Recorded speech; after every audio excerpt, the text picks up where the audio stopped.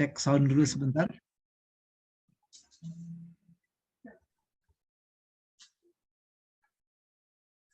Assalamualaikum Ustadz.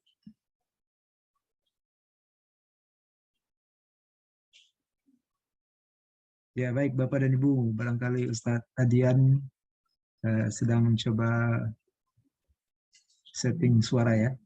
Sementara itu kita sapa Pak Dr. Amiruddin Saleh. Sudah oke, baik. Terima kasih. Assalamualaikum warahmatullahi wabarakatuh. Baik Bapak dan Ibu, hatur nuhun, terima kasih kehadirannya. Sejenak kita menunggu sound dari Ustadz Adian dan insya Allah kita akan segera mulai kalau beliau sudah bisa men-setting suara ya. Ustadz Adian? Ya baik Bapak Ibu, kita tunggu sejenak, mungkin beliau masih setting suara. Ya, Assalamualaikum. Waalaikumsalam, alhamdulillah. Nih, Ya, minta baik. maaf saya sedang di Jawa Timur. Oh, Masya Allah. Iya. Nggak bisa on cam, Ustaz? Atau bisa on cam? Bisa sebentar. Siap, Saya siap. atur dulu. Baik.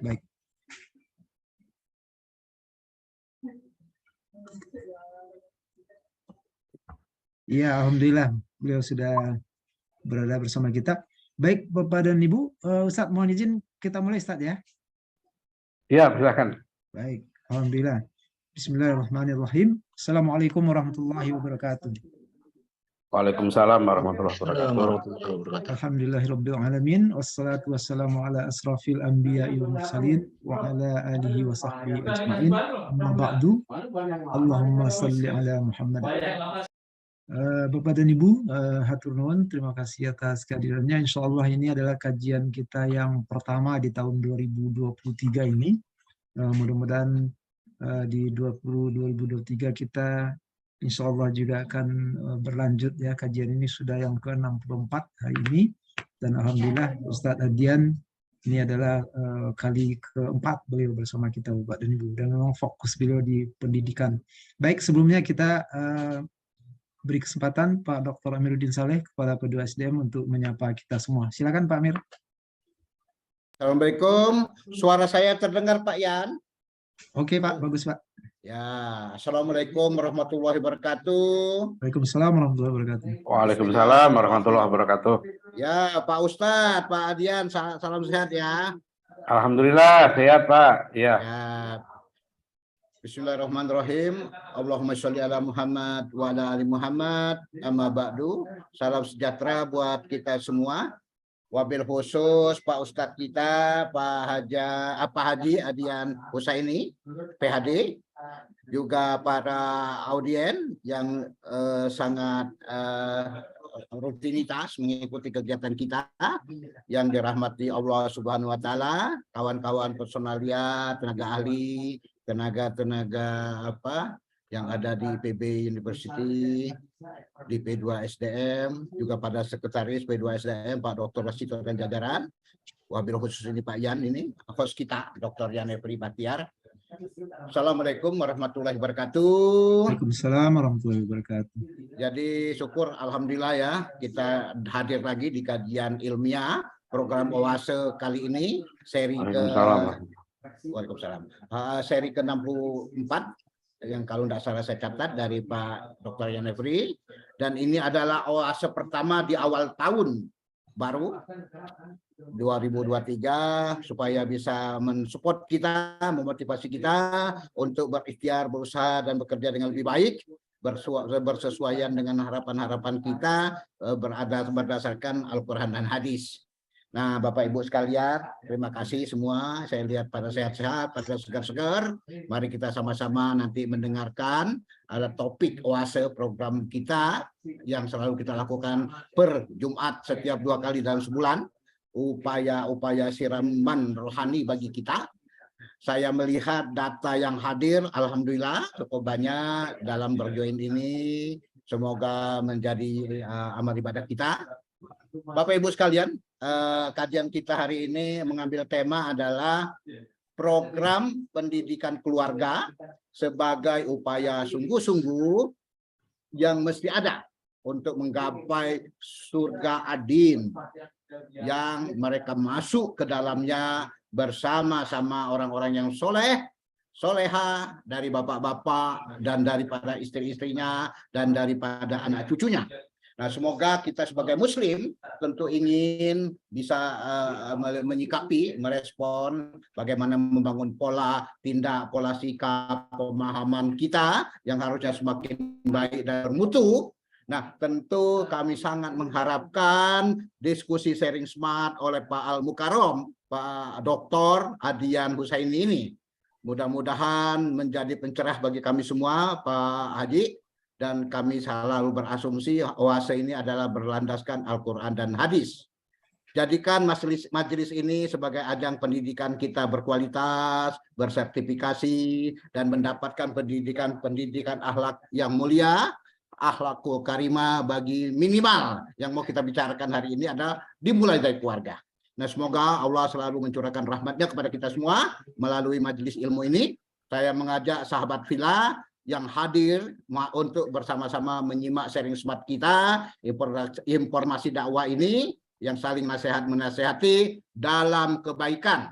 Watawasobil haq, watawasobisob. Bapak Ibu hadirin yang dirahmati Allah, mengakhiri sambutan ini, tentu mari kita berdoa bersama.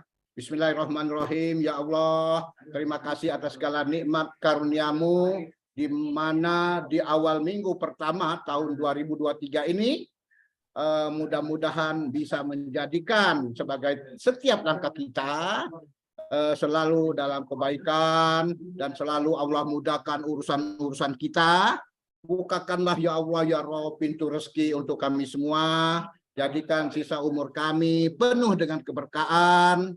Lindungilah kami, orang tua kami, saudara-saudara kami, anak cucu kami, serta sahabat-sahabat kami dengan kasih sayang-Mu ya Allah. Sesungguhnya hidup dan mati kami hanyalah kepadamu ya Allah. Amin amin ya rabbal alamin.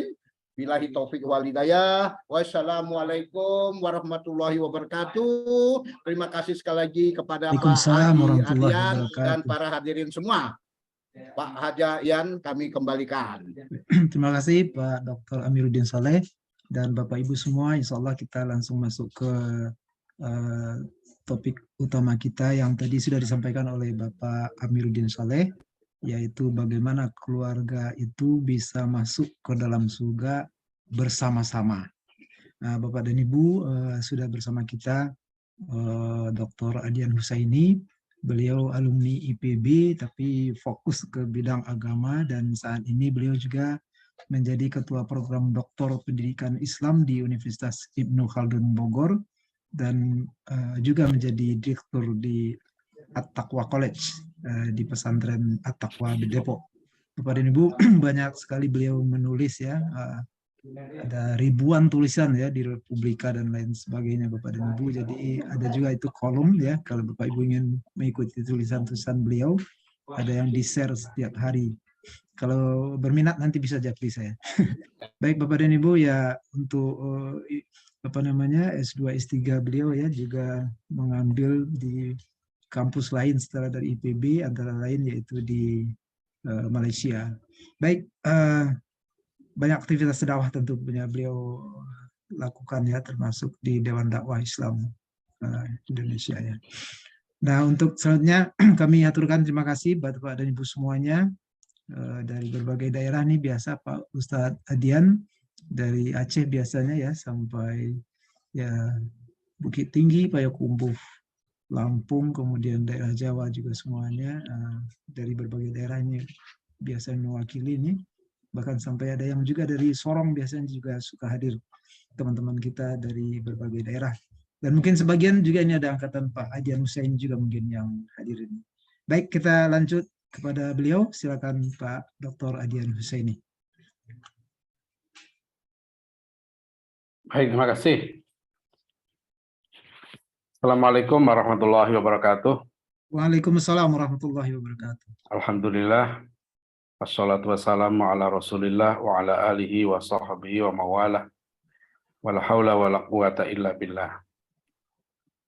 Pak Dr. Amiruddin Saleh yang saya hormati, Pak Dr. Yan Efri, Bapak-bapak, ibu-ibu semua yang hadir di majelis ilmu pagi ini, mudah-mudahan kita semua dalam keadaan sehat walafiat, sehat dalam lindungan Allah Subhanahu wa taala, dijaga diri kita, keluarga kita, masyarakat kita, bangsa kita, mudah-mudahan dikasihi Allah, ya, dilindungi Allah dari berbagai macam musibah. Salawat dan salam kita haturkan kepada junjungan kita, suri tauladan kita, Nabi akhir zaman, la Nabi ya ba'dah, Rasulullah Muhammad Sallallahu Alaihi Wasallam, pada keluarga, sahabat dan pengikut beliau sampai akhir zaman nanti. Maaf, Pak Yanafri, ini suara saya kedengaran nggak? Bagus, bagus Ustaz. Bisa dengar ya? Bagus ya, baik. Bagus. Jadi Pak Ibu hadirin rahimakumullah, saya ingin membahas dua dalil ya, satu ayat Al-Quran dan satu hadis Rasulullah SAW pagi hari ini. Kita diingatkan oleh Allah SWT dalam surat At-Tahrim ayat 6. Jadi ini ayat tentang pendidikan keluarga. Surat At-Tahrim ayat 6. Jadi surat 66 ayat 6.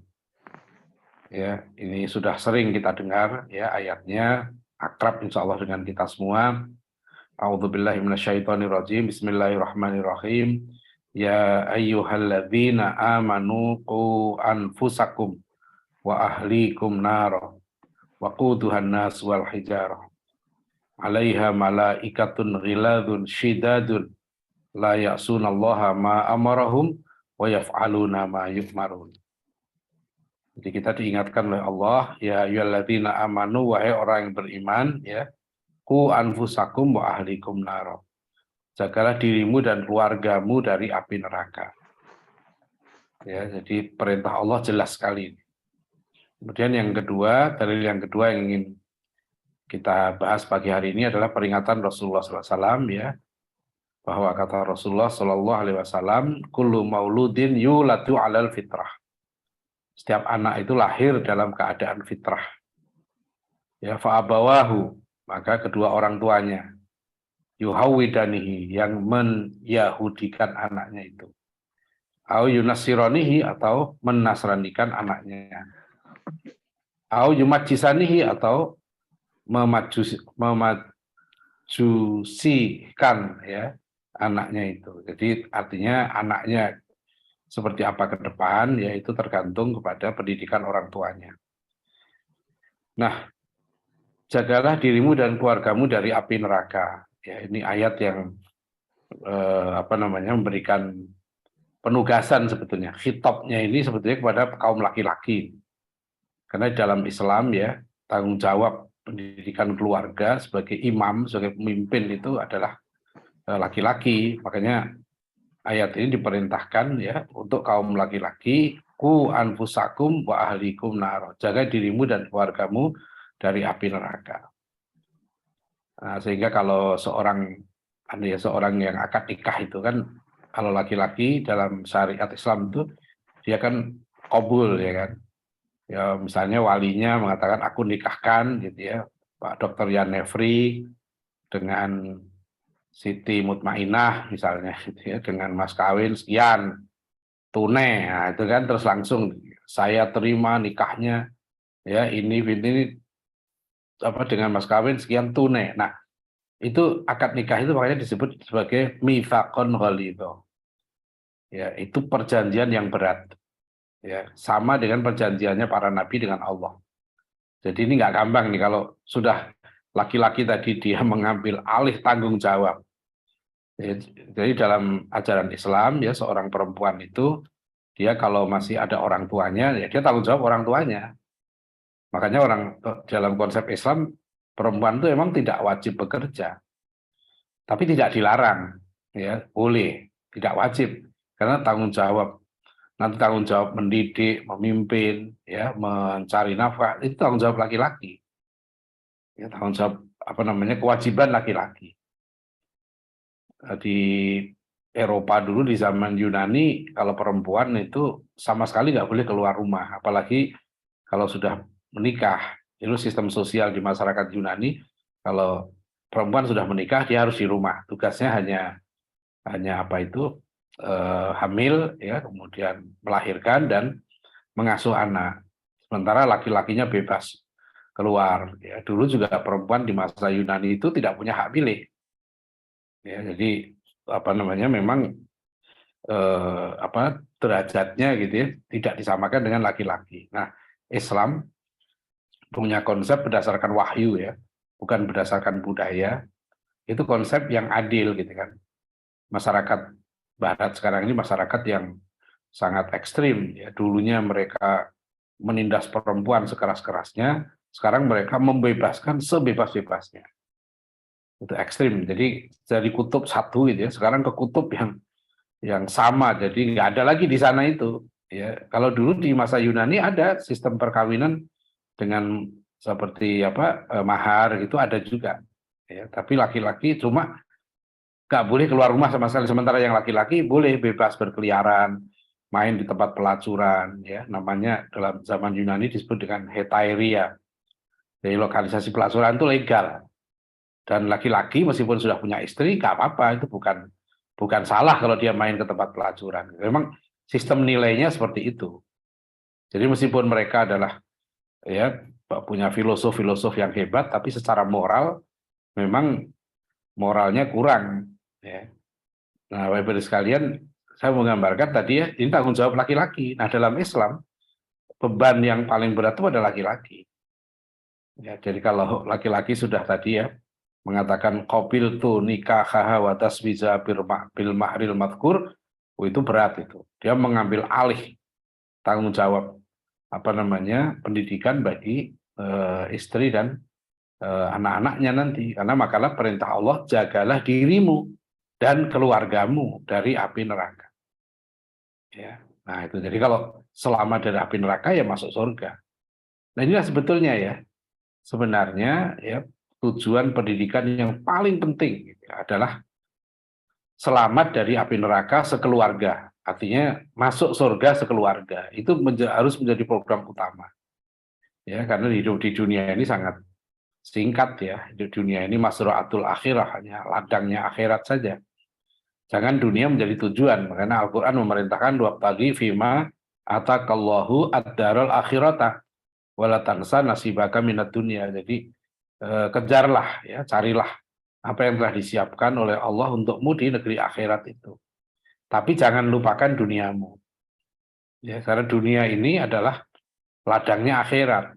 Ya, kalau kita di dunia ini nggak selamat, ya, nggak hasanah itu ya, maka di akhirat juga susah. Nah, itu makanya nanti ada kewajiban-kewajiban di dunia.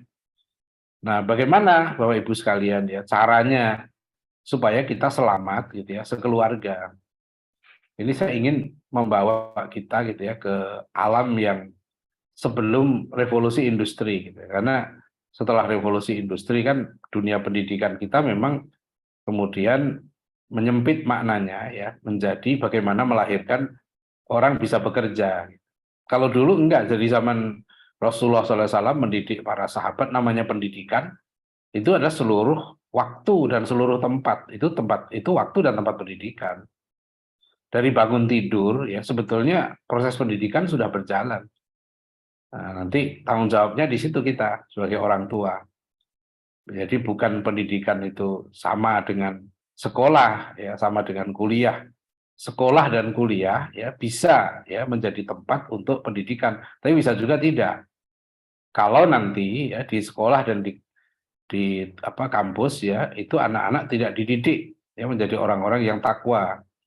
Nah, berarti itu bukan pendidikan yang sebenarnya, karena kata Ali bin Abi Thalib radhiyallahu anhu ya dalam tafsir Ibnu Katsir, beliau menjelaskan makna qu anfusakum wa ahlikum naro adalah adibuhum wa alimuhum. Jadi yang harus kita lakukan sebagai orang tua adalah dua saja. Satu, adibuhum. Agar ya kita sekeluarga masuk surga, terbebas dari api neraka tadi, ya, maka yang harus dilakukan pertama adibuhum. Ya, jadikanlah, didiklah ya anak-anakmu, keluargamu menjadi orang-orang beradab. Nah, ini persis seperti yang dijelaskan dalam surat Luqman ayat 12 sampai 19. Nah, adab-adab apa yang harus kita tanamkan kepada anak-anak kita, pada keluarga kita supaya tahu adab. Ya, jadi Rasulullah SAW ya bersabda, hakul waladi ala walidihi ayyuhsina ismahu wa yuhsina maudi'ahu wa yuhsina adabahu. Jadi hak anak atas orang tuanya ya, atau kewajiban orang tua terhadap anaknya. Jadi kalau hak orang tua atas anak adalah anak itu wajib taat pada orang tua. Tapi hak anak terhadap orang tua adalah orang tua itu pertama memberi nama yang baik. Kedua memberikan tempat tinggal yang baik. Nah yang ketiga wa yuhsina maudi'ahu. Nah yang ketiga memperbaiki adab anaknya tadi itu. Ya. Nah, Bapak Ibu hadirin rahimakumullah, inilah yang nanti akan ditanya di akhirat. Di akhirat itu kan sebenarnya nanti kita mempertanggungjawabkan ya hak dan kewajiban kita itu. Kita ada kewajiban, ada hak juga. Misalnya Allah, kita dengan Allah aja ada hak, manusia itu punya hak ya terhadap Allah. Apa itu? Kalau manusia itu taat pada Allah, maka dia punya hak untuk mendapatkan pahala masuk surga. Tapi Allah juga punya hak, namanya huququllah, hak-hak Allah. Ya. Hak Allah itu apa? Nah, hak ini kan kata hak ini ya, sebetulnya dari kata hakun ya. Pihak itu kan fihi hakun sebetulnya. Nah, sekarang kita bilang hak itu seperti seolah ini sesuatu yang kita miliki. Enggak, hak ini sebenarnya kebenaran. Ya, jadi kita punya sesuatu yang benar. So, bisa jadi orang punya tapi nggak benar. Ya kan, orang korupsi misalnya dia punya tapi nggak benar. Ya, itu hak. Jadi ini ada hak. Ya, anak punya hak. Apa hak anak itu? Mendapatkan pendidikan yang baik. Mendapatkan pendidikan yang benar. Jadi kalau anak itu nggak dididik dengan benar, maka di akhirat nanti orang tuanya ditanya. Ya, orang anak nuntut orang tuanya. Kan di Al-Quran disebutkan. Yauma yafirrul mar'u min akhi. Ya, di akhirat nanti seorang itu lari dari saudaranya. Wa ummihi wa abi. Ya, seorang lari dari ibunya, lari dari ayahnya. Ya. Wa sahibatihi wa bani, dan suami nanti lari dari istrinya. Wa banihi, dan anak-anaknya. Likulli mri'in minhum yauma idzin sya'nu yughni. Di hari akhir itu orang-orang sibuk dengan urusannya sendiri.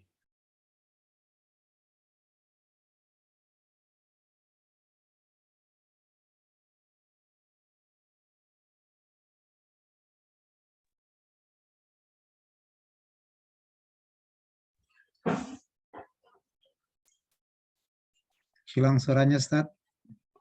Sepertinya jaringan beliau nih. Baik, kita tunggu sebentar Bapak dan Ibu. Mudah-mudahan dapat kembali jaringan yang baik. Nah, ini maaf nih, saya agak di Jawa, ini sedang di Jawa Timur, di kampung. Iya, Kemudian iya. nyambung. Iya, lanjut Ustaz. Bagus suaranya sekarang. Masih udah kedengaran lagi ya, Pak? Sudah Ustaz. Sudah. Jadi begitu, memang di akhirat nanti semua sibuk dengan urusannya sendiri. Gak ada yang mau tanggung, misalnya istrinya masuk neraka, atau suaminya ikut demi menemani istrinya, nggak ada begitu. Suaminya masuk neraka gitu ya, terus istrinya ikut, atau anaknya, nggak ada yang mau. Ya, semua nanti semua orang sibuk dengan dirinya sendiri. Maka kita berharapkan supaya kita sekeluarga ini bareng-bareng gitu loh. Ya, jangan sampai ada yang tercecer. Ya, karena kalau sudah tercecer ya bagaimanapun sedih lah. Ya. Ya, tapi di akhirat digambarkan dalam Al-Qur'an ya, nggak ada tanggung jawab kolektif ya.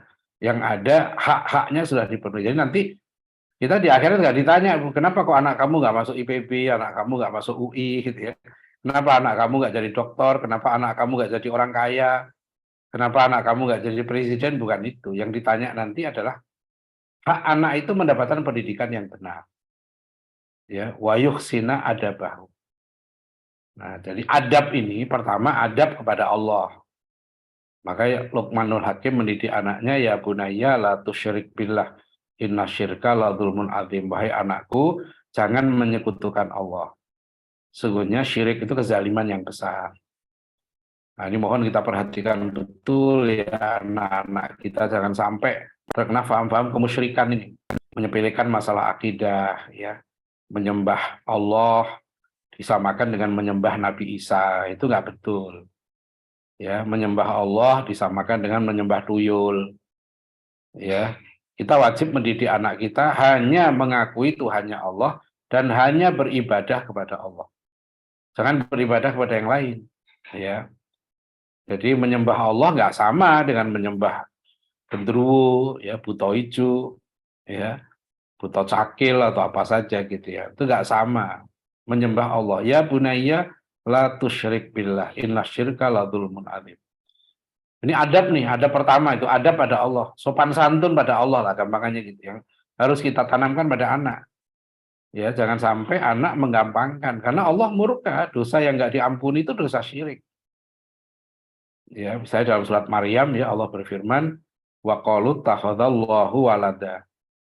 Mereka mengatakan Allah itu punya anak. Laqad ji'tum syai'an idda. Kalian yang mengatakan seperti itu sungguh telah melakukan kejahatan yang sangat besar ya di mata Allah. Menyekutukan Allah itu dosa yang terbesar, yang tidak terampuni. Ya takadu samawatu yatafattarna minhu. Hampir-hampir langit pecah gara-gara tuduhan Allah punya anak itu. Wa tangsyaqqul ardu dan bumi terbelah. Wa takhirul jibalu hadda dan gunung-gunung runtuh. Anda aulir rahmani walada. Karena mereka menuduh Allah punya anak. Jadi Allah murka. Dosa yang cepat mendatangkan azab Allah itu adalah pertama dosa syirik, ya. Yang kedua kezaliman. Ya, jadi kezaliman orang hak-hak ya rakyat nggak dipenuhi itu zalim tuh. Kalau orang-orang zalim, orang-orang yang terzolimi itu berdoa, ya itu nggak ada hijab dengan Allah. Meskipun dia bukan Muslim, ya itu Allah memberikan dalam urusan kezaliman. Ini harus hati-hati betul, ya jangan sampai atasan menzolimi bawahan. Zalim artinya tidak memberikan haknya, ya orang tua zalim pada anaknya, anak itu harusnya dididik dengan iman yang benar, ya dengan akhlak yang benar, ibadah yang benar. Itu kewajiban orang tua. Kita misalnya kalau anak kita sebelum akil balik ya, akil balik itu rata-rata maksimal ya dalam hadis riwayat Imam Bukhari batas akhir anak-anak itu 15 tahun. Maksudnya komariah. Rasulullah melarang para sahabat untuk ikut perang sebelum umurnya genap 15 tahun. Ya, jadi nanti para ulama memberikan batas akhir ya anak-anak itu 15 tahun. Artinya apa? Kalau anak itu sudah 15 tahun, ada yang akil baliknya sudah lebih cepat umurnya. Kadang kelas 4 SD sudah akil balik. Kalau perempuan sudah head ya fisiknya itu sudah akil balik. Nah, lulus SMP lah rata-rata itu ya, itu sudah harus dinyatakan dia sebagai dewasa. Dalam bahasa Islam itu disebut dengan mukallaf. Mukallaf itu dari kata kallafa yukallifu taklifan. Ya, wadzaka mukallafun. Mukallafun artinya orang yang dibebani. Dibebani apa? Dibebani syariat. Jadi kalau orang sudah mukallaf, sudah 15 tahun, maka dia bertanggung jawab terhadap amalnya sendiri, bukan orang tuanya lagi. Nah, maka tugas mendidik anak-anak kita sebelum dia memasuki usia akil balik ini gitu ya. Maka tugasnya adalah mendewasakan dia. Jadi fisiknya dewasa, jiwanya, pikirannya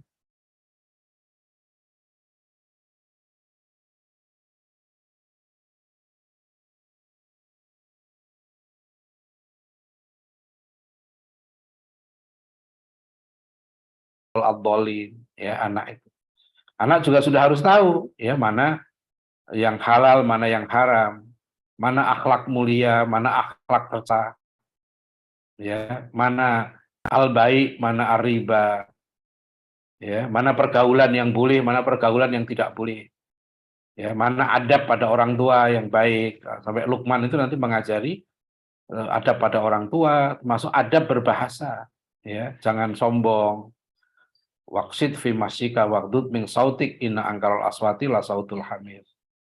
Ya, termasuk misalnya menyiapkan anak ya menjadi orang-orang baik, orang-orang soleh dan pejuang.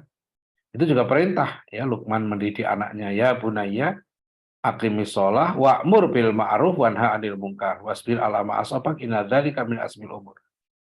Jadi anak-anak kita harus kita didik supaya mereka ya menegakkan sholat, mendirikan sholat dan ya menjadi pejuang. Karena memang tugas orang muslim ya itu adalah mempertahankan akidah, menjalankan ibadah ya dan memperjuangkan dakwah ya, berdakwah. Karena dia umatur risalah. Ya, umat Islam ini umat yang harus melanjutkan perjuangan para nabi. Jadi hidup bukan untuk senang-senang di dunia ya, tapi tujuannya adalah supaya dia beribadah pada Allah, wa ma khalaqtul jinna wal insa illa liya'budun. Nah itu jadi itu anak. Jadi sebelum anak itu misalnya lulus SMP, kita harus pastikan Pak anak ngajinya sudah lancar belum, sholatnya udah benar belum, toharoh udah ngerti belum, gitu ya. Wudhu udah benar belum. Nah itu hal-hal yang fardu ain. Karena nanti kalau dia sampai udah usia dewasa, ini belum benar gitu ya, itu dosa baik orang tua maupun gurunya. Ya itu kalau anak berdosa, tanggung jawab orang tua. Berarti orang tua kalau dia belum mendidik anaknya dengan benar, kecuali kalau dia sudah dididik dengan benar ya, tapi tetap bandel misalnya, nah itu orang tua sudah lepas tanggung jawab. Nah ini yang pentingnya ya, ilmu untuk mendidik ini kaitannya dengan dunia akhirat tanggung jawabnya. Nah kalau kan nanti anak sudah akil balik, sebetulnya secara syariat,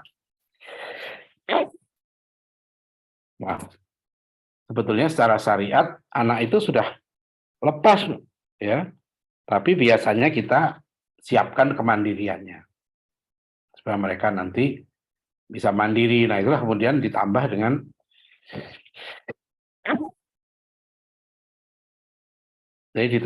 ilmu yang fardu kifayah, sifatnya profesionalitas ya, bagaimana supaya anak tidak bergantung pada orang lain ya, itu disiapkan. Nah kalau dulu ya dalam tradisi Jawa, misalnya malah masih hidup di tradisi keraton itu, biasa kalau perempuan itu sebelum masuk menikah itu kan dididik ya, bagaimana melayani suami, bagaimana memasak yang baik, bagaimana mengelola rumah tangga. Ya dulu sebenarnya bukan berarti perempuan itu tidak boleh keluar rumah, karena Islam nggak begitu, nggak seperti di Yunani waktu itu. Tetapi memang ada pembagian peran, ya, dan nggak masalah kalau misalnya perempuan. Islam itu enaknya begitu, kalau perempuannya misalnya aktif gitu ya, nggak masalah, aktif di luar, ya oke, yang penting dia dapat izin, itu aja. Ya, jadi ya memang ada yang nanya sih, terus gimana Ustaz kalau suaminya nggak mengizinkan? Ya saya bilang, ya cari suami yang mengizinkan. Ya yakinkanlah supaya suami mengizinkan. Kan sekarang ini gampang ya komunikasi, itu nggak kaku gitu ya. Jadi pokoknya nggak boleh ya suaminya. Jadi kadang-kadang gini Bapak Ibu sekalian ya, ini juga nanti ini harus ada nih pendidikan jadi suami yang baik, ini harus ada kuliahnya. Kalau IPB mau itu bagus banget. Belum ada kan IPB, ada ketahanan keluarga tuh.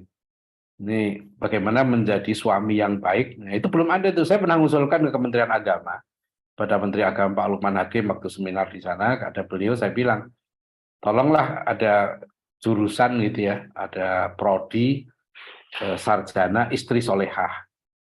Nah itu belum ada itu. Ya, sarjana suami baik, nah itu belum ada. Jadi nggak ada kuliahnya. Jadi masalahnya itu. Jadi bagaimana jadi orang tua yang baik itu dari TK sampai S3 itu nggak ada kurikulumnya. Disuruh nyari sendiri. Ya. Jadi sekarang kan orang semua diarahkan bagaimana bisa bekerja.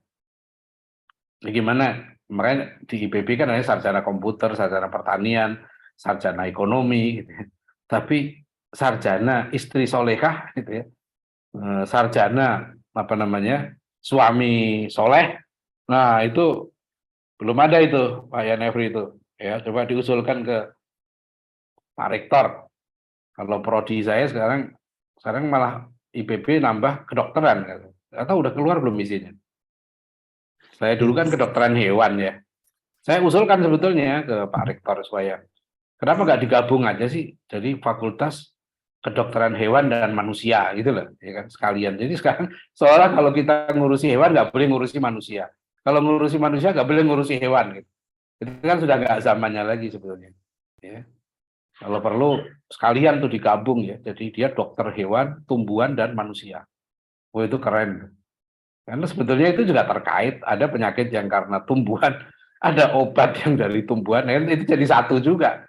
sebenarnya apa namanya, kalau mau ngambil prodi itu keren, ya kan sekarang sudah Polymath University. Ini saya menyimpang sedikit. Jadi Bapak Ibu dan sekalian, ya itu tanggung jawab kita nih sebagai orang tua adalah bagaimana menanamkan adab tadi. Makanya adab-adab itu taat dibuhum kan, didiklah anakmu dengan adab, ya harus dididik lah. Ya, dia harus tahu. Terserah dia mau kuliah di mana, terserah. Tapi yang pokok ini jangan sampai ditinggal gitu. Ya, jangan sampai dia nggak ngerti. Gitu. Saya dulu, saya pribadi ya, waktu saya SD gitu ya, pagi saya SD, siang saya madrasah, malam ngaji. Waktu saya SMP negeri, malam tuh ngaji kitab-kitab. Jadi saya SMP itu saya sudah khatam Arba'in Nawawiyah, kitab Sulamut Taufik, Safinatun Najah, Hidayatul Hidayah, itu saya SMP. Waktu saya SMA negeri di Bojonegoro, saya tinggal di pesantren. Saya sudah khatam tuh Riyadhus Shalihin, Ta'limul Muta'alim tuh 3 kali ingat saya khatam tuh. Ya, kitab ilmu, adab ilmu. Ya, bahkan kitab nikah itu Uqudul Jen itu SMA saya udah khatam. Itu kitab-kitab. Jadi sebenarnya saya dulu mengalami ya, orang tua dulu nggak tahu ilmunya orang tua saya itu. Tapi pokoknya dia begitu aja, kamu pokoknya kalau sekolah harus mondok, itu aja. Ya, jadi harus ngikutin itu. Nggak, karena ini ilmu-ilmu yang tadi yang wajib dimiliki oleh setiap muslim, namanya ilmu fardhu ain, ya itu harus dikuasai.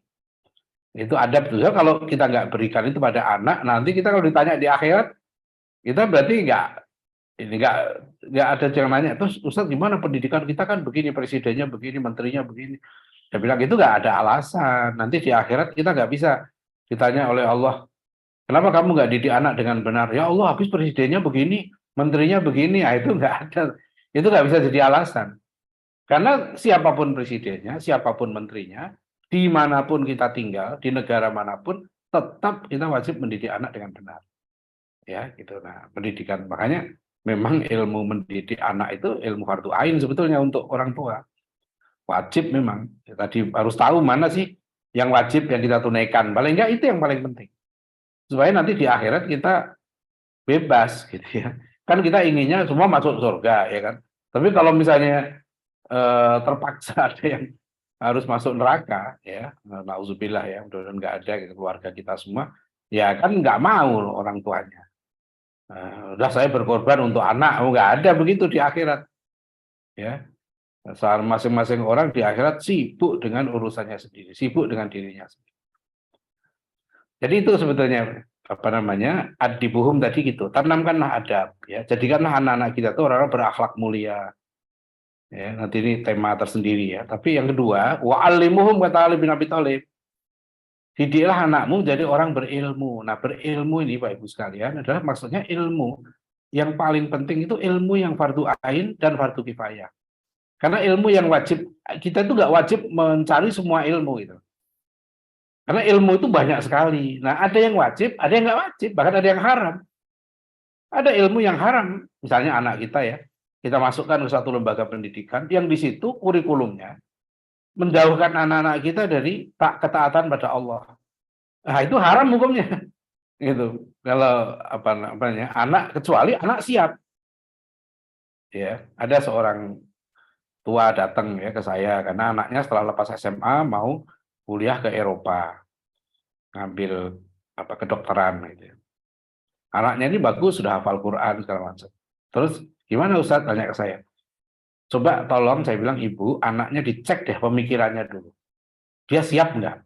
Karena nanti kalau dia kuliah di sana, dia akan menerima nih pergaulannya seperti ini, ya kan? Kurikulumnya begini. Ya, ada suami istri pernah datang ke saya, anaknya diterima di Kanada. Ya, kuliahnya itu tentang matematika karena dia dosen matematika, perempuan ya. Ya, tapi di sana dia lihat ada kurikulum macam-macam juga di samping matematik itu. Ada masalah gender, ada masalah ini. Nah, kita diskusi, akhirnya suami istri dan anaknya itu datang. Kita diskusi tentang berbagai pemikiran yang mungkin dia akan terima di barat itu. Ya, jadi kita siapkan dulu, ibaratnya kita vaksinasi dulu pemikiran. Jadi nanti kalau dia ke sana menerima berbagai pemikiran. Sekarang ini kita nggak bisa mensterilisasi pemikiran, itu nggak bisa. Ya, jadi virus-virus pemikiran yang merusak dan menyesatkan ini bertebaran di mana-mana. Maka salah satu yang menurut saya ya perlu kita lakukan adalah vaksinasi pemikiran. Gitu ya. Misalnya tentang sekularisme, ya harus dijelaskan. Vaksinasi itu kan begitu. Ya kan, kuman atau virus yang dilemahkan supaya dia bisa nanti mendeteksi kan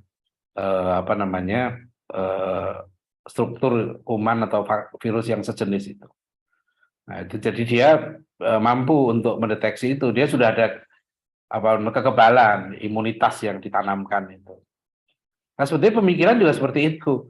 Jadi kalau misalnya anak kita ini keluar ya mau belajar kemana yang belajarnya itu risikonya tinggi gitu. Ada dosennya yang akhlaknya nggak karu-karuan, ada dosennya yang ngajak. Ada kan beberapa orang dosen yang ngaku terang-terangan dia homo. Ya, dia terang-terangan bukan lagi sembunyi-sembunyi kan, profesor dia homo. Ya, ada yang dosen yang lesbi, terang-terangan ngaku dia lesbi. Nah, kemudian anak kita serahkan ke dia untuk belajar gitu. Nah, itu resiko itu, siap enggak gitu. Ya, dia belajar apa di situ. Nah, ini termasuk nanti perlu nih ilmu yang wajib dipelajari itu ilmu yang pertama yang fardu ain tadi. Ilmu untuk kita menjadi orang baik secara pribadi. Jadi akidah kita baik, akhlak kita harus baik, ibadah kita harus baik gitu ya. Nah, itu ilmu tentang itu tuh wajib kita miliki. Ya, jadi nah itu tanggung jawab kita, adibu mu'allimu. Nah, kemudian mungkin ini terakhir ya, bagian akhir saya ingin menyinggung tadi hadis Rasulullah SAW, beliau sudah mengingatkan anak itu lahir dalam keadaan fitrah sebenarnya. Fitrah itu sudah mengenal Tuhan.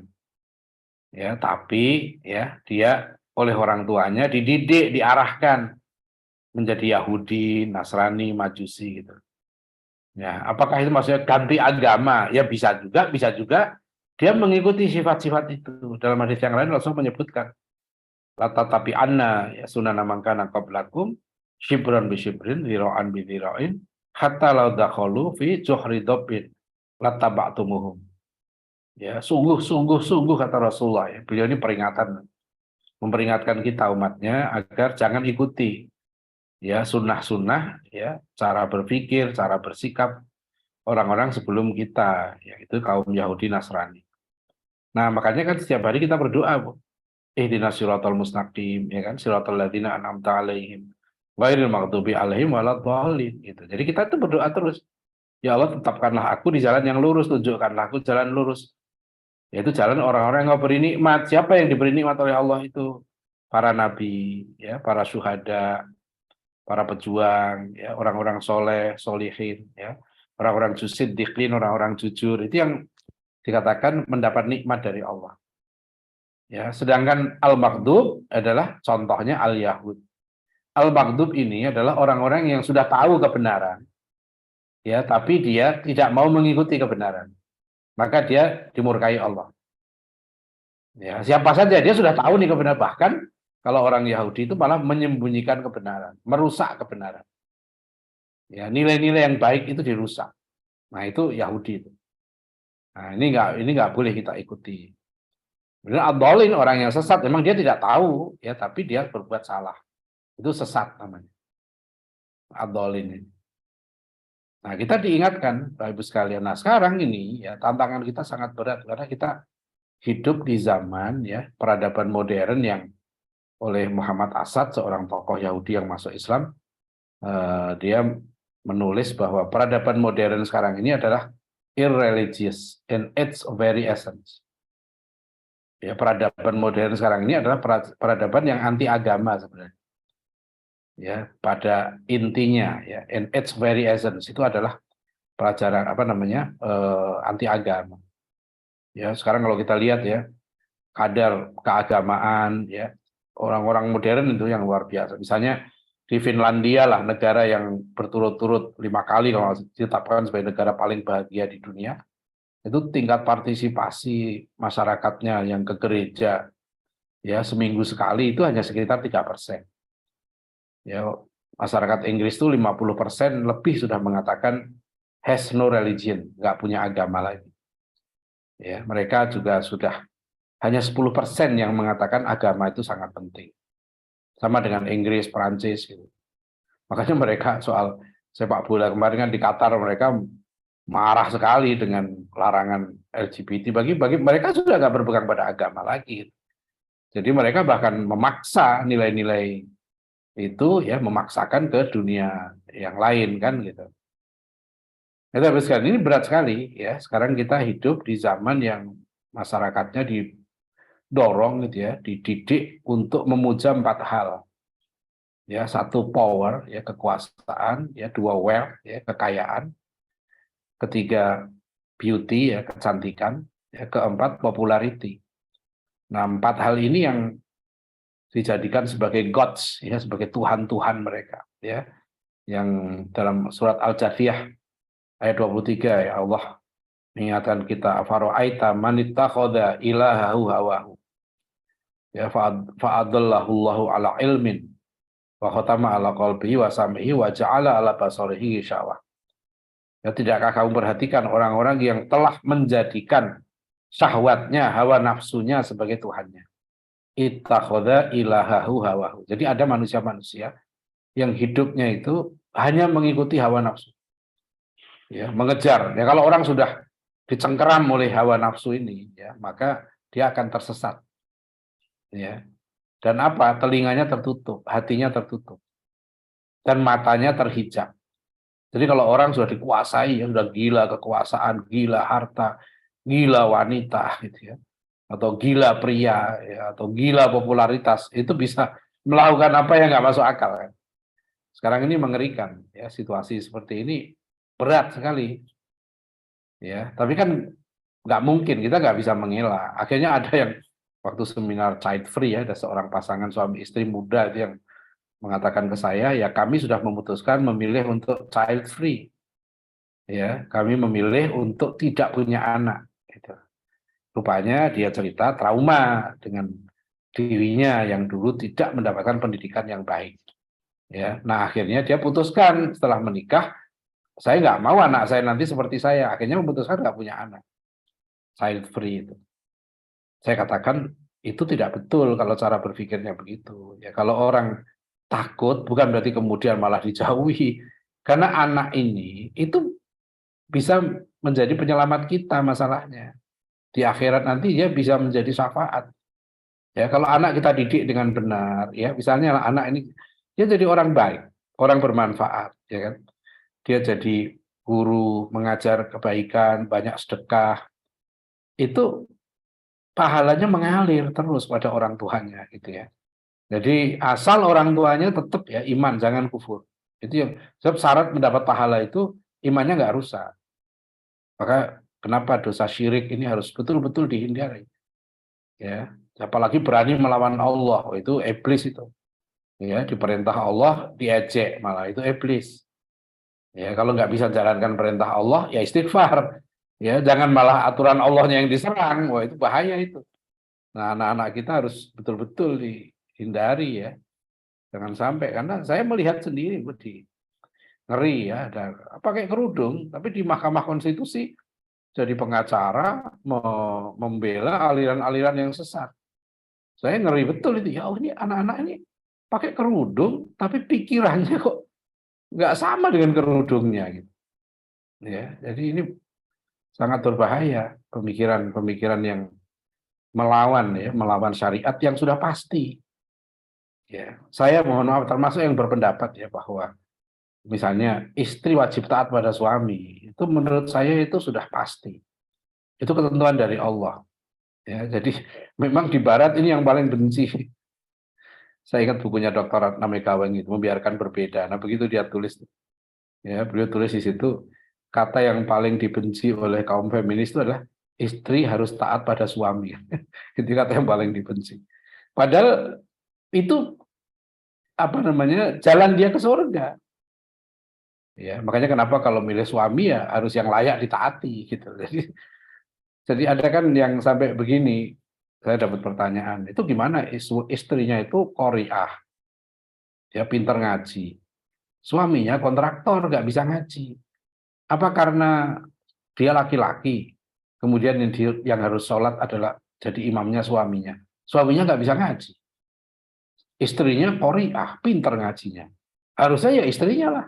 Kan sekarang ada video beredar ya, sholat di Jerman, di ini saya terima itu, yang imam perempuan, nggak pakai kerudung, nggak pakai apa gitu ya. Itu ini liberal nih. Kalau pikiran begini udah kacau ini udah.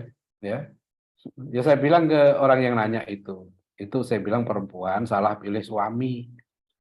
Ya kan banyak yang bisa ngaji, kenapa dia pilih nggak bisa ngaji gitu. Jadi jangan ngubah hukumnya dong. Ya suaminya suruh belajar ngaji supaya bisa jadi imam.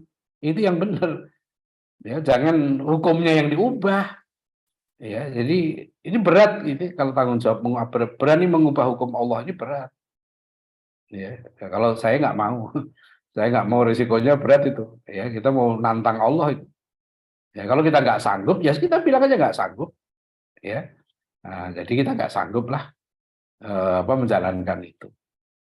Nah begitulah Bapak Ibu sekalian ya. Jadi ku anfusakum wa ahlikum naro itu ya nanti yang paling penting adalah itu. Nah salah satu amanah kita juga Bapak Ibu sekalian adalah adab ya, termasuk dari makna adab itu adalah mengembangkan potensi anak. Rasulullah mengingatkan manusia itu seperti barang tambang. Ya, An-nas ma'adin kata Rasulullah. Manusia itu seperti barang tambang, seperti emas dan perak. Nah, maksudnya begini, kalau kita punya anak, ya dikaruniai anak yang cerdas, pinter gitu ya, maka tanggung jawab kita sebagai orang tua berat. Anak-anak seperti ini harus dididik menjadi pemimpin, ya, menjadi ilmuwan, menjadi ulama. Ya. Nah, ini masalahnya nanti nggak ada sekolahnya ini, sekolah formal S1 sampai S3 nggak ada. Ini orang tua yang menurut saya harus jadi manajernya. Ini sering saya ada kuliah khusus nanti di pesantren saya, pendidikan guru keluarga itu online. Ya, itu supaya orang tua bisa kan harus ngerti konsep ilmu dalam Islam, konsep pendidikan dalam Islam, ya bagaimana memahami sejarah. Misalnya anak-anak ini salah satu yang harus kita ajarkan pada anak-anak itu sejarah. Al-Quran itu sebagian besar isinya sejarah.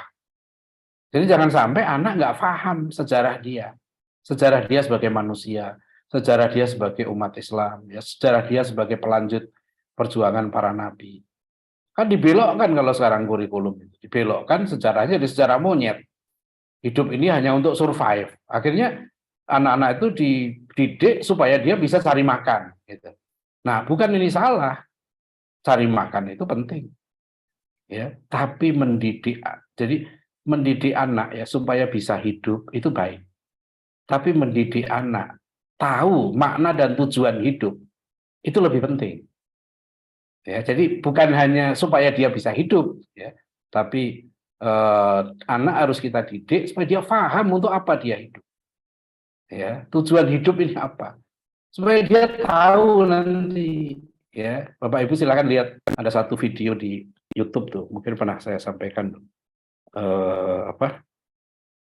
Ada seorang dokter yang salah didik, dia bikin video.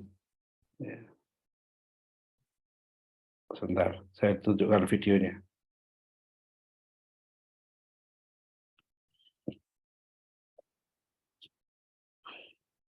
Saya Hartono. Saya dokter di salah satu universitas terkenal di Bandung. Saya dibesarkan di keluarga modern, di mana ilmu pengetahuan dan kekayaan duniawi sangatlah penting dan diistimewakan. Anak saya 3, semuanya sekolah di luar negeri. Saya menulis buku panduan bagaimana supaya bisa menyekolahkan anak di luar negeri tanpa dihantui beban biaya yang mahal. Saya banyak diundang seminar tentang ini.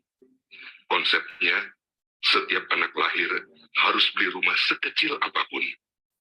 Nanti rumah ini dijual untuk membiayai kuliah anak di luar negeri 1 atau 2 tahun. Tahun ketiga, anak diajari untuk membiayai hidup dan kuliah sendiri. Konsep ini diikuti banyak orang dan terbukti sukses. Tapi belakangan, saya menemukan peredaran buku itu dan meminta maaf kepada orang-orang yang sudah berusaha dengan pemikiran saya. Saya menolak konsep konsep saya sendiri setelah peristiwa tragis menimpa keluarga saya.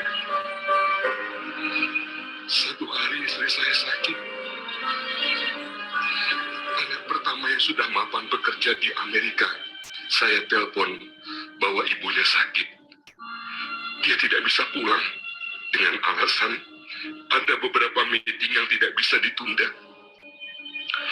Anak kedua sedang ujian, sehingga mustahil juga pulang karena resiko tidak lulus ujian. Anak ketiga baru saja diterima bekerja di sebuah perusahaan IT ternama. Tidak mungkin karyawan baru meninggalkan pekerjaan karena alasan keluarga. Saya meninggal seminggu setelah dia dirawat di rumah sakit. Anak saya hadir di pemakaman ibunya.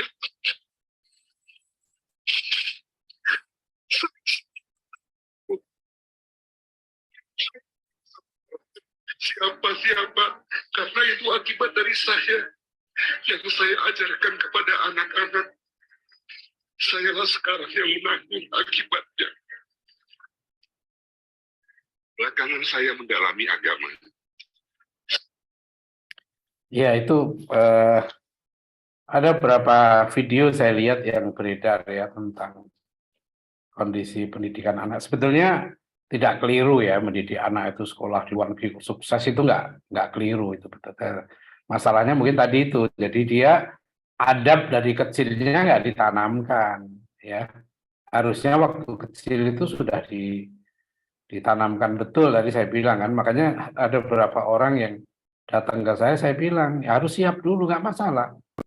Ya, kuliah ke luar negeri bagus, kuliah ini, tapi siapkan dulu karena risikonya besar. Ya, kalau dia sampai pikirannya terpengaruh, ada yang sampai ada seorang aktivis, ibunya aktivis majelis taklim ya, anaknya kuliah di Jerman. Waktu itu dia cerita di satu majelis ilmu itu, dia cerita. Ya khawatir karena anaknya ini mau menikah dengan orang non muslim di sana ya. Nah, itu ada, jadi ada kisah-kisah lah yang luput ya, terutama ketika anak itu sudah mulai SMA, kuliah itu harus kuat sekali pemikirannya. Mereka di saat sekarang ini hampir nggak mungkin kita mengawasi untuk tidak berinteraksi ya dengan pemikiran-pemikiran yang salah gitu. Nah, itu habis sekalian. Jadi ini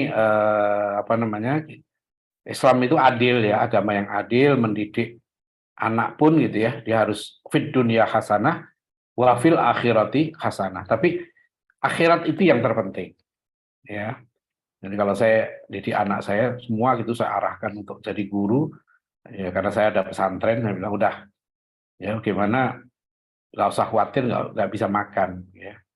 Jadi yang penting kamu nyari ilmu, ya. Anak saya tawari kamu kuliah S2, S3, insya Allah saya biayai, ya. Tapi niatnya yang benar, karena tujuan kita mendapatkan ilmu yang manfaat, ya. Ilman nafi'an itu harus dua caranya. Satu niat ikhlas, dua beradab waktu mencari ilmu. Nah, saya kira demikianlah ya. Ini waktunya sudah jam 9. Terima kasih Bapak Ibu sekalian. Bila taufik walhidayah. Assalamualaikum warahmatullahi wabarakatuh. Waalaikumsalam warahmatullahi wabarakatuh. Jazakallahu khair Ustaz.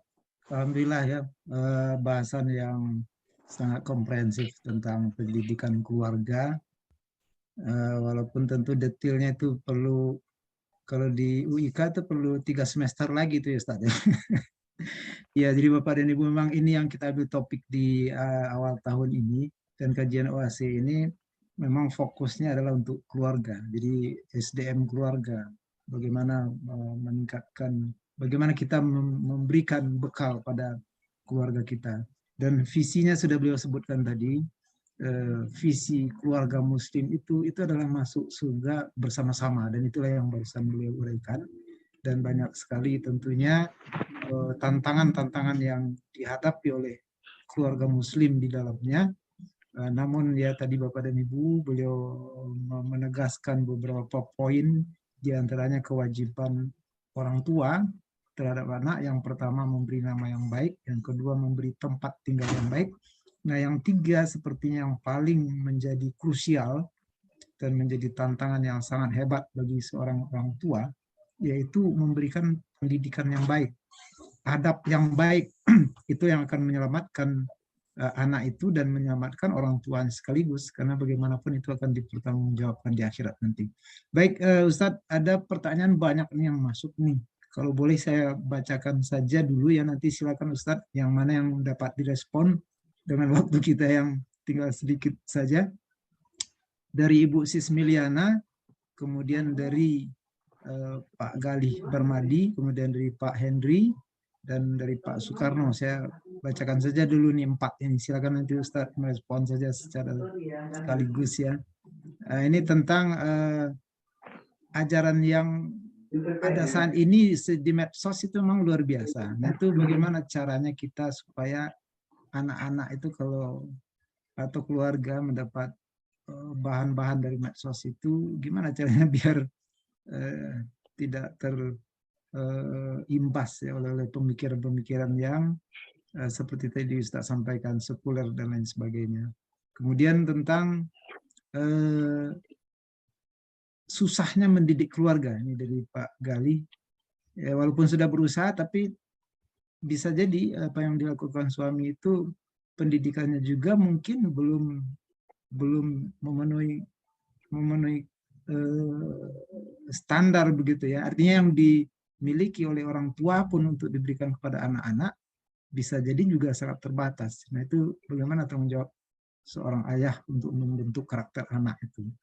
Sedangkan kalau dari Pak Henry, apakah yang dimaksud dengan ku anfusakum wa ahlikum naro itu adalah sebatas anak saja, atau yang dimaksud dengan jagalah keluarga itu juga bisa luas, keluarga secara seiman atau seislam. Nah, dari Pak Soekarno terakhir saya bacakan nih, tidak bisa dibacakan lagi yang lain. Menghadapi realitas bahwa anak kadang sudah berusaha berbakti pada orang tua, namun kadang orang tua sendiri memanfaatkan ridho Allah itu hanya untuk mengendalikan dan memaksakan keinginan orang tua pada anak. Baik Ustadz, ini banyak sekali pasti ya pertanyaan-pertanyaan sejenis ini pasti akan banyak sekali, ini memang kita hadapi sama-sama. Silakan Ustadz dalam sisa waktu sedikit bisa merespon secara sekaligus. Maka silakan Ustadz. Baik, terima kasih Pak Yanevi. Nanti andaikan belum terjawab ya, silakan kalau ada hal-hal yang mau ditanyakan lewat pribadi juga nggak apa-apa. Masalah pendidikan ini gitu. Mungkin bisa berbagi pengalaman lah ya.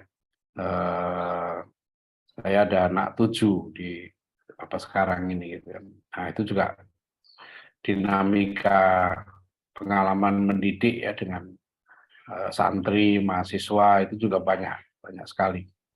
Kemudian tadi pertanyaan tentang ya ini ujian iman, Pak. Kita memang diuji oleh Allah sekarang hidup di zaman seperti ini. Kita nggak mungkin menghindar.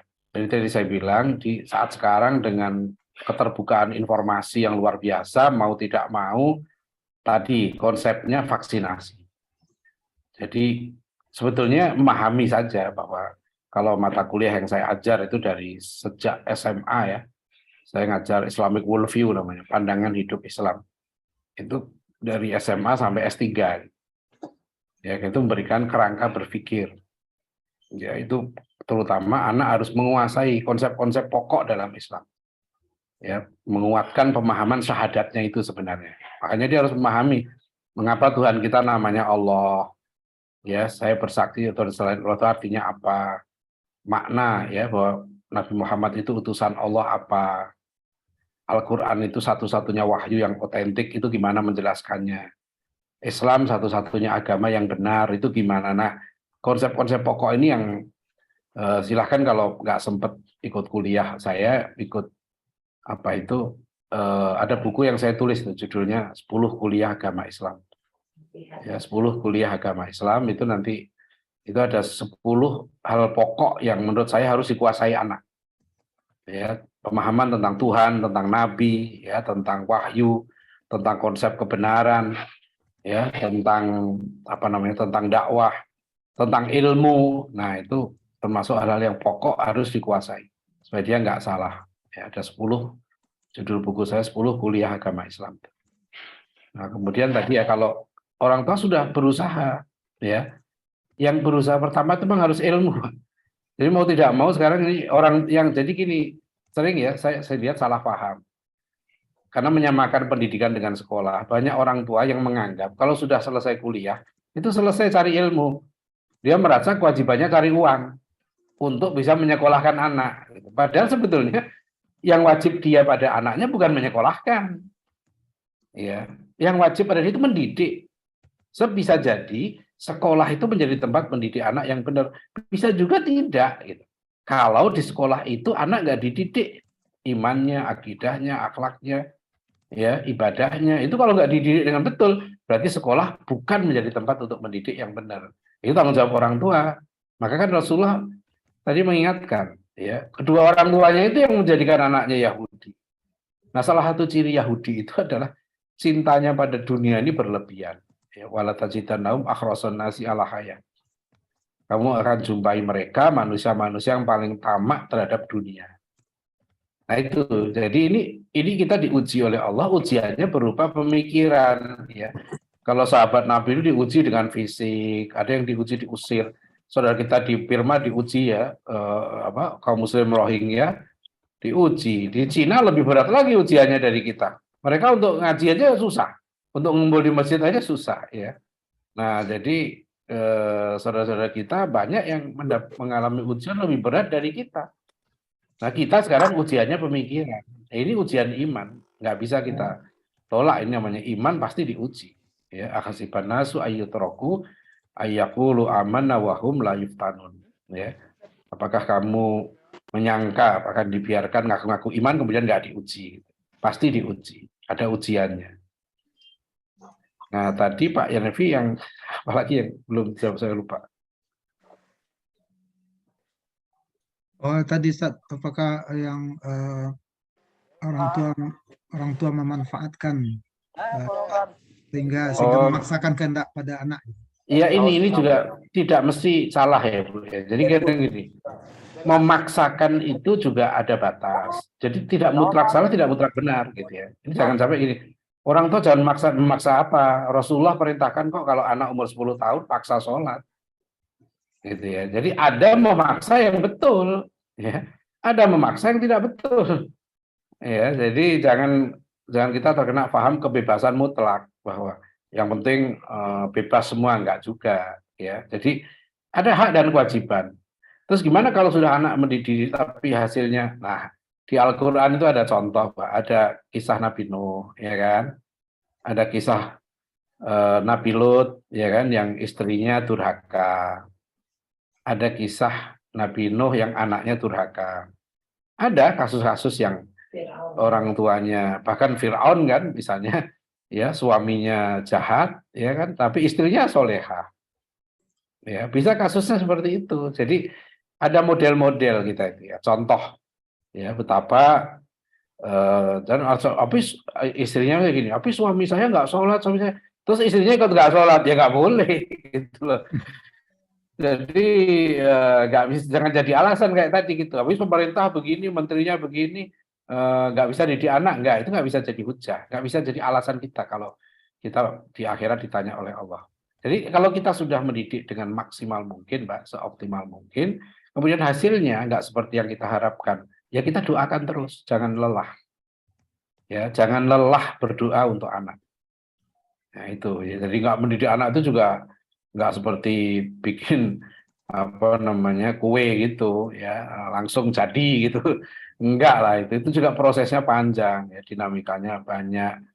Anak sekarang apalagi kan dia pergaulan itu bukan hanya di dunia nyata ya, tapi juga di dunia maya. Itu yang kadang berat, teman di dunia maya itu yang pengaruhnya ya terkadang besar sekali. Jadi tapi yang penting bagi kita ini orang tua apa? Tanggung jawab kita pikirin gitu aja pokok itu. Jangan kita mikir orang lain, tapi kita malah nggak selamat. Tadi itu apakah itu keluarga besar? Enggak, yang ditinyak itu kuan wasakum balikum naro itu ya istri dan anak, satu keluarga. Karena kalau dia keluarga yang lain, jadi kita nggak bertanggung jawab terhadap presiden. Jadi bukan dia jagalah dirimu dan presidenmu, ya jagalah dirimu dan wali kotamu, jagalah dirimu dan RT-mu, lurahmu, enggak. Dirimu dan keluargamu saja. Ya, itu yang sebetulnya sebetulnya perlu kita fokus di situ. Ya, karena itu yang nanti tanggung jawab di akhirat itu yang pokok. Ya, jadi kalau suami ya sudah, istri dan anaknya itu yang pokok. Ya, kecuali dia dapat amanah ya, misalnya dia jadi ketua RT ya tanggung jawab lagi. Dia jadi lurah ya tambah berat tanggung jawabnya. Ya, dia jadi rektor, oh berat lagi tanggung jawabnya. Ya, dia jadi apalagi jadi presiden, sangat berat. Ya, ya begitu ya, Bapak Ibu sekalian. Ini mohon maaf Mas Yanefri ya, karena saya ada acara berikutnya. Saya mohon pamit ya. Mudah-mudahan bermanfaat ya. Kuliah singkat atau tausiah singkat pada pagi hari ini bagi saya khususnya, keluarga saya dan juga bagi kita semua. Karena berat Bu, memang urusan ini bukan urusan mingguan ini ya, kadang-kadang menit urusannya itu. Ya, apalagi kalau istrinya banyak, istrinya 4, anaknya 27, itu berat tuh tanggung jawabnya itu. Makanya Pak Yanefri ini realistis ya. Ya, dia apa yang bisa tanggung jawabnya semakin sedikit ya semakin ringan kan gitu sebetulnya. Ya, tsumalatus aluna yauma idzin anin naim gitu. Jadi makanya Pak Yanefri ya itu harusnya yang takut untuk nambah istri itu laki-laki. Karena berat tuh kalau nambah itu. Jadi para suami jangan mau ya kalau nanti istrinya nyuruh kawin lagi, hati-hati tuh. Itu menjebak. Ya, itu berarti membebani kita di akhirat. Ya, dengan beban yang tambah berat. Kalau istri nyuruh begitu, itu istrinya mau meringankan diri supaya dia di akhiratnya ringan. Ya, karena dia bebannya dia bagi-bagi kan, bukan dia sendiri. Kadang-kadang orang berpikirnya kebalik ya. Dikira suami yang mau, nah itu suaminya nggak ngukur diri itu. Maksud saya, kalau dia ingat akhirat tuh berat banget Bu. Di zaman sekarang nih ya, didik istri 1, anak 1 itu aja udah berat. Ya, jadi anfusakum ba'alikum naro itu berat gitu loh. Jadi jangan dianggap ringan. Karena kalau kita salah didik, ya kita tanggung jawab kita di akhirat gitu ya. Jadi kita jangan hanya mikir dunia, kalau dunia ini sebentar lah. Ya, nggak terasa ini. Tahu-tahu Pak Jokowi sudah 2 periode mau selesai kan. Kayaknya baru kemarin ya. 2014 sekarang udah 2000 berapa ini? 2023. Saya kemarin nulis artikel, saya dulu kan di Republika dari awal. Tahu-tahu udah 30 tahun ya, Republika sekarang udah nggak terbit lagi cetaknya. Ya sedih juga, tapi saya pikir waktu itu cepat sekali kan, kita nggak terasa loh 30 tahun. Saya lulus tahun 89, saya angkatan 21, anak saya 51. Anak saya sudah nggak terasa kan 30 tahun betul. Ya, sangat tidak terasa yang kita ini hidup di dunia. Jadi kalau orientasi kita ke dunia, ya yang utama dunia itu salah, rugi kita. Begitu saja, terima kasih semuanya Bapak Ibu sekalian. Saya mohon pamit, Pak Yanefri ya, boleh? Baik, ya. Baik, sebentar Ustaz. Ya. Mohon sekaligus Pak Juber bisa menampilkan ucapan terima kasih dari P2SDM untuk Ustaz Adian Hussaini. Mohon diterima Ustaz, kenang-kenangan virtual. Ini mohon, ini gelar saya jangan 2 dong, 1 aja doktornya. nanti dihapus. Kalau dokter PhD yang ini atau dokternya yang depan nggak apa-apa dicoret ya. Nanti saya dikira dokternya 2. Insya Allah saya pengen sih dokter 2. Baik, Bapak dan Ibu. Dihapus 1. Apa yang beliau sampaikan tadi. Ini juga salah ini tulisannya Pak. Mungkin maksudnya surga Aden ya. Aden ya. Iya, keliru. Ya, nanti Ustaz dibetulkan Ustaz. Baik, terima kasih sekali lagi Ustaz. Jazakallahu khair. Semoga ilmu yang Ustaz sampaikan pada kita semua Allah tambahkan keberkahan bagi Ustaz dan keluarga. Amin. Mudah-mudahan para peserta juga semua teman-teman kita ini dari berbagai daerah menjadi penambah kekuatan bagi kita Bapak dan Ibu, bahwa menuntut ilmu itu harus tiap hari kalau bisa ya, atau minimal mungkin belajar hadis barangkali 1 hari ya. Itu yang dilakukan oleh Ustadz Adian semenjak beliau kuliah. dan tidak berhenti sampai sekarang. Dan itulah bekal ya untuk menjadi pendidik dalam keluarga. Nah, oleh karena itu Bapak dan Ibu, kami kembali aturkan terima kasih kehadiran di OAC ini yang hanya sekali 2 pekan. Ya, ini hanya sebagai pengingat saja bagi kita Bapak dan Ibu semuanya. Jadi hanya sebagai pengingat bahwa ilmu itu memang harus dipelajari ya sampai akhir hayat kita. Baik Bapak Ibu, dan kita aturkan terima kasih sekali lagi kepada Ustaz Adian Husaini. Mudah-mudahan kita ada kesempatan kembali bersama beliau di waktu berikutnya, dan insya Allah itu akan menjadi settingan kita tentang pendidikan.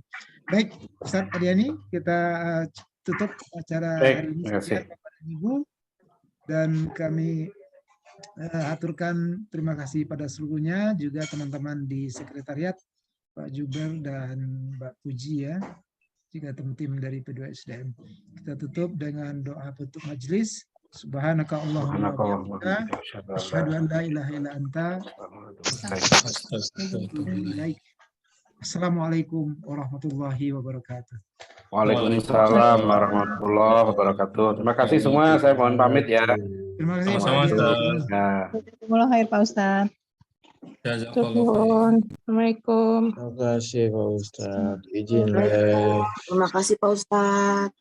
Semua Pak Ustaz. Assalamualaikum.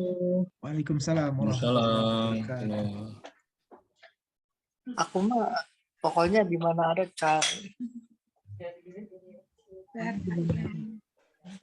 Tim P2S.